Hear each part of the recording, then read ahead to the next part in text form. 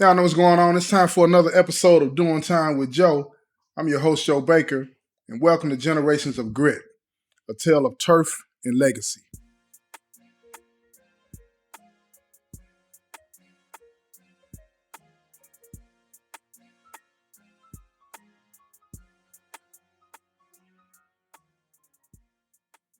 Elijah plans to retire after Marcus graduates high school in a few months.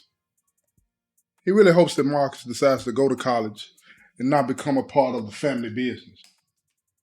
Jamal feels the same way. Besides, Marcus isn't cut out for this life, he thought. He's been sheltered too much. But the decision will be his.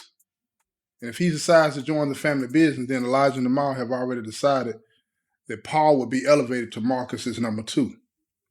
Paul knew the business. This would give Marcus the credibility he would need while he proves that he can handle the job. The streets wait for no one, though. The guys that tried to rob Paul a few months ago were plotting. They were still hungry. They wasn't walking away this time empty-handed. They wanted their meal, and their meal was the money. Paul and Marcus were chilling upstairs in Paul's office when they heard the gunshots. At first, they didn't pay it any mind because the sound of gunshots was as common as hearing a door slam on a car in this neighborhood. But then they heard it again. And Paul said, "We're being hit." He ran to the safe, grabbed the Glock, and tossed one of them to Marcus. And Paul said, "No matter who it is that comes through that door, fire him up." Marcus, cocking the gun, nodded his head, "Yes. I got you." Crouching behind the desk, they waited. Suddenly, they heard a voice. "Boss, you okay?" It was Kenny. Kenny was the young G that had introduced Marcus and Paul when Marcus first came to the neighborhood. And Marcus looked at Paul with a look of confusion on his face. The shooting had stopped, and Paul said, "Yeah, we're okay. What's going on out there?" Then Kenny said, "We got hit, but they all dead now. It must have been those dudes that tried to rob you a few months back." Paul knew then that Kenny must have been the traitor because he didn't discuss what had happened with anybody outside of his circle. Paul looked at Marcus and said, "Look, Kenny's the traitor. Cover me." Now, Paul was getting up, and he figured once he got to the door, it was going down because everything had stopped. All the shooting had stopped, and now all of a sudden you hear Kenny's voice. So he knew that this was the setup, and he knew if he answered that door and he wasn't ready, that him and Marcus was going to be killed. So when he opened the door, he told Marcus, "If you see a gun, let him have it." So Paul got up, went to the door, and when he unlocked the door and turned the knob, Kenny and three other young G's pushed their way in, guns in hand. The first shot was from Marcus's gun. The bullet struck Kenny in the gut, knocking him down to the ground. Now everybody's shooting. Everybody's shooting. That's all you hear is gunshots. When it was over, the three young G's lay dead. Kenny and Paul lay bleeding on the floor. Paul had been hit in the leg and the shoulder. Kenny was bleeding from the mouth. Marcus rushed over to Paul's side and said, "Are you okay?" Paul looked up at him. "No, I'm not okay. I got hit." So Paul and Marcus looked at Kenny. He needed help, or he was not going to make it. Marcus said, "What about him?" Paul looked at him. Kenny lay there with tears in his eyes, mumbling through the blood that was running out of his mouth. "Help me. I don't want to die." Paul raised his gun and pointed it at Kenny's head. "You should have thought about that before you decided to rob me. What did you think was going to happen?" Marcus said, "Don't shoot him. He'll never be a threat to the family again." Paul said, "I know he won't. unloading 2 shots into his head, killing him. Marcus took Paul to the hospital. That was Paul's first time being shot, but he knew what to say.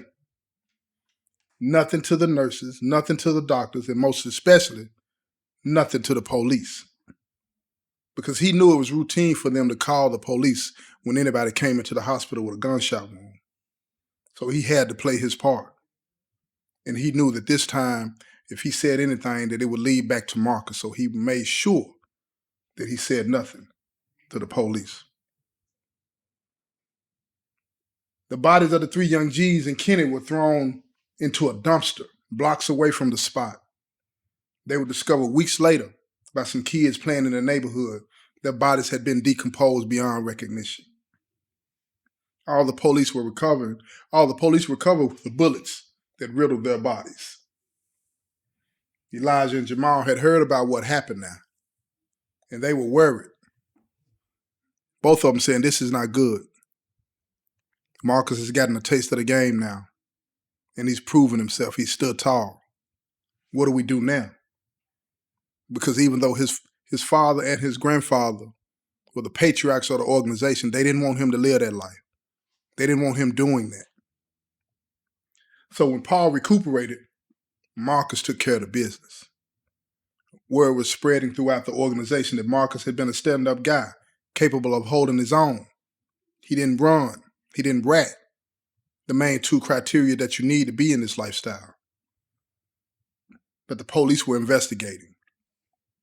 The deaths of the 3 young G's and Kenny, all they found were the bullets. They had nothing to go on besides the bullets. No witnesses, no nothing, and nobody was talking. The streets were silent. Months later, Marcus was on his way home when he was stopped in a routine traffic stop. During a search of his car, they found the weapon that he had used in the shootout. He had no permit for the weapon, but he had no record, no criminal record. So they didn't arrest him. They wrote him a citation and they seized the gun. Now, anytime a weapon is seized in the streets, guess what happens? The police run it through ballistics. Now, they have the bullets on record that they found in the young G's and Kenny. And when they ran the bullets from the gun that they confiscated from Marcus, guess what happened? They matched. They had him. Now they were issuing a warrant for his arrest. They didn't know if he did it, but they knew he had the gun. And they knew who his pops was and his grandfather. So even if he didn't do it, they were going to use this as leverage. Finally, this might be the way that they can take down the organization. Get the grandson. Get the son. They'll fold. So after months of investigation and Marcus being on bond, the DA decides to charge him with murder. Because a couple of the guys that got shot, those 3 G's, his bullets were in them too. So now Marcus, the young patriarch, the one that everybody hoped would go to college and stay away from the family business, is charged with the death of 4 young men. Like his grandfather, he faced life in prison if convicted. So they poured out all the stops. There were no witnesses. None. All they had was the ballistics. The story was that he didn't even know the gun was in the car. It was a setup. But they had an ace in the hole. He never gave the cops permission to search the car. They had no valid reason to pull him over and stop him. So now, negotiations were at work. The lawyer that they had hired for him was top-notch, one of the best in the city. All he could get it down to was manslaughter. They were not going to dismiss this. They would rather take their chances at a jury. If found guilty, they would have him. But they knew they were going to have problems, especially on the appeal. The Attorney General said, we'll take something better than nothing. Excuse me. So at the end of the day, Marcus, the young patriarch, pleaded guilty to manslaughter. And he was sentenced to 8 years in the penitentiary. The feds didn't pick up the gun charge, so he didn't have to worry about that. The first day in, his father and grandfather made sure that he would be transferred to the prison that they were at. But it didn't matter. He was going to be protected no matter where he went. This was the prince of the Ravens. Nobody was going to touch him. But he landed at the same institution that his grandfather and father were at. And they got him in the same building with him in the same pod.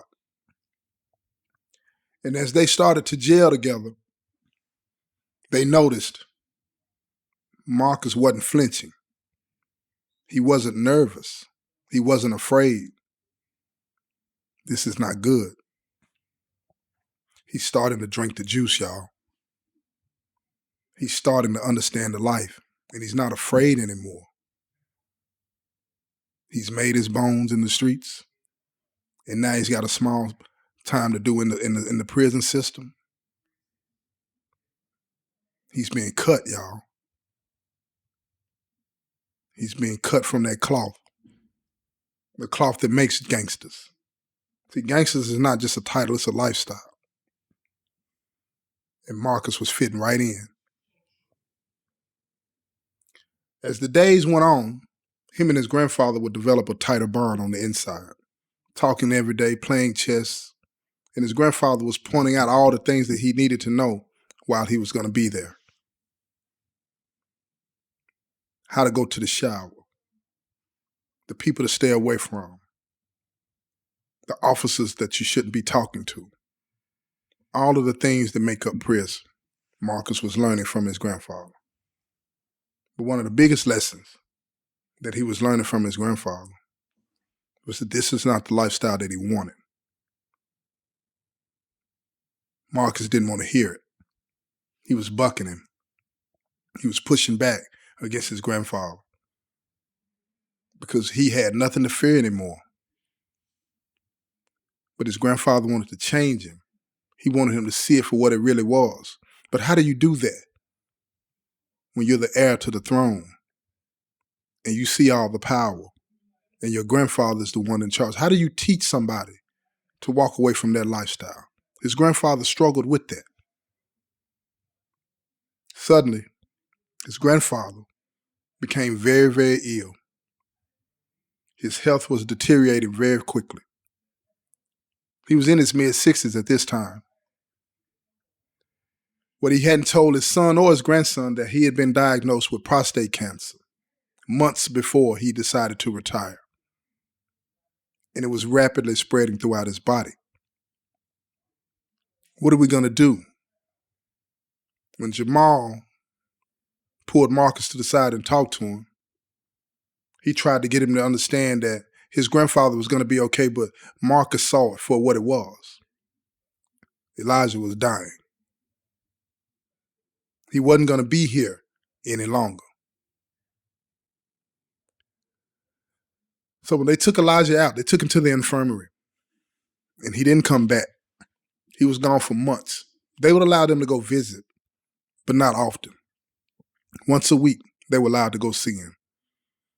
And Marcus and Jamal saw this towering figure, this 6'4" man, become a fraction of himself.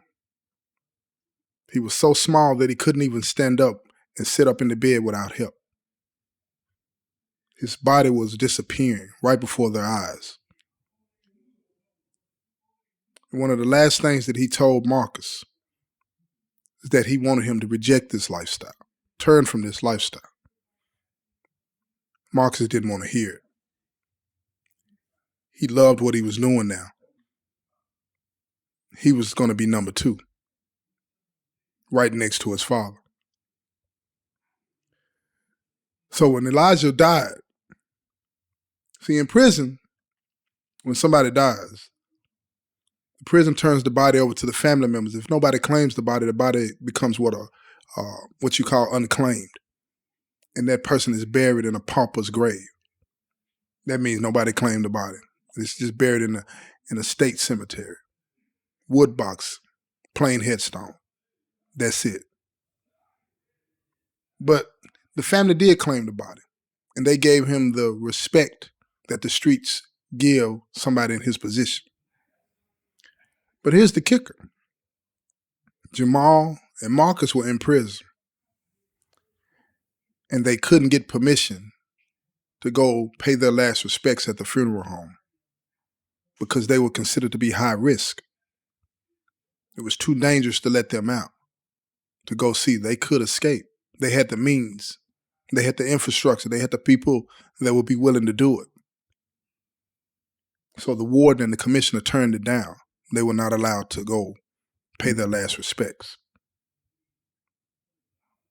All of the things that Elijah had said to Marcus, none of that penetrated. None of that got through to him. What got through was the realization that he had no control over his life while he was in prison. He couldn't even go to the funeral and pay his last respects to his grandfather, the person that he loved more than anything. And with that, he started to question this lifestyle that he had chosen, because he knew if he stayed in this life, that the possibility of him coming back to prison was high. The possibility of him losing control over his life was high. There was a consequence of it. That was the consequence of living that lifestyle. So Marcus started second-guessing that lifestyle. This concludes this episode of Generation of Grits. This has been another episode of Doing Time with Joe. I'm your host, Joe Baker, and I say peace, y'all.